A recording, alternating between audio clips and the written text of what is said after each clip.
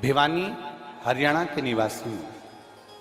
कहीं बैठी हो तो हाथ हिला सकती हैं, दूसरे पंडाल में बैठी हो तो वहां पर भी हाथ हिला सकती हैं। पिंकी शर्मा, भिवानी हरियाणा की निवासी हूं। मैं बाबा का क्या गुणगान करूं गुरुदेव। हमारे पड़ोस में एक भैया रहते हैं, उनका दोएता 21 वर्ष का है।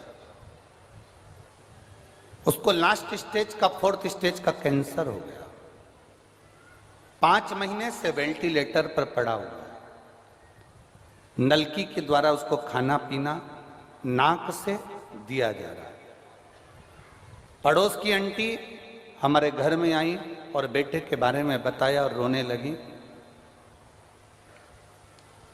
मैंने एक ही बात उनसे कही कि कथा चल रही है भटिंडा में, और भटिंडा में अगर कथा चल रही है तो वहां जाकर आप विनती करेंगे पंडाल में बैठकर तो बाबा जरूर सुनता।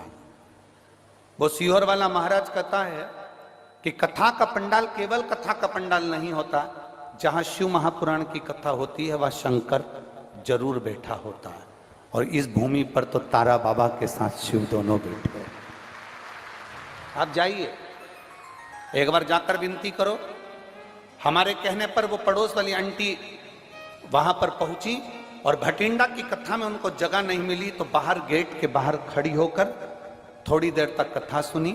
फिर 15 मिनट बाद उनको जगह मिली, वहां बैठी और बैठकर उन्होंने विनती करी।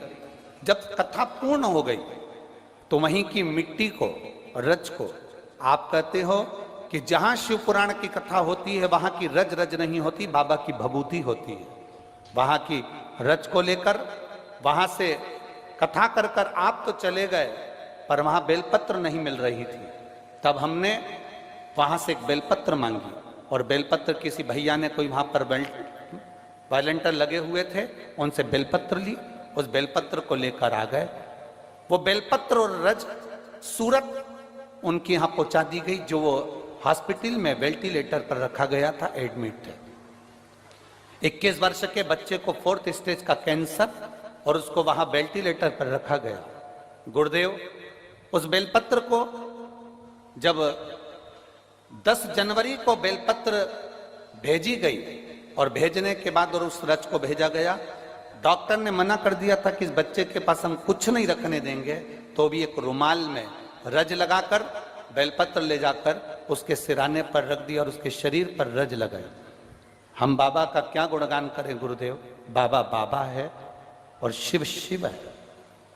हम आज इस कथा के पंडाल में इस गौरव से बैठे हैं कि उस बच्चे के 10 दिन निकले थे, उसने आंख नहीं खोली थी, और बेलपत्र के केवल 4 दिन निकले और उस बच्चे ने आंख खोल ली और देखना प्रारंभ करा।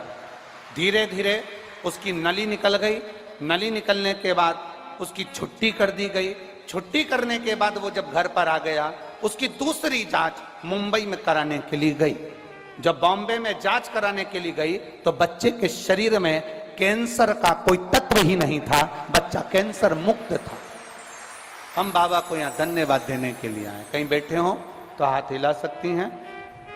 मेरा नाम पिंकी शर्मा, मैं भिवानी हरियाणा से हूं। मेरा मोबाइल नंबर ये है। शिव तत्व इसी को कर, साधुता, शंभो घड़ी, शिवो घड़ी।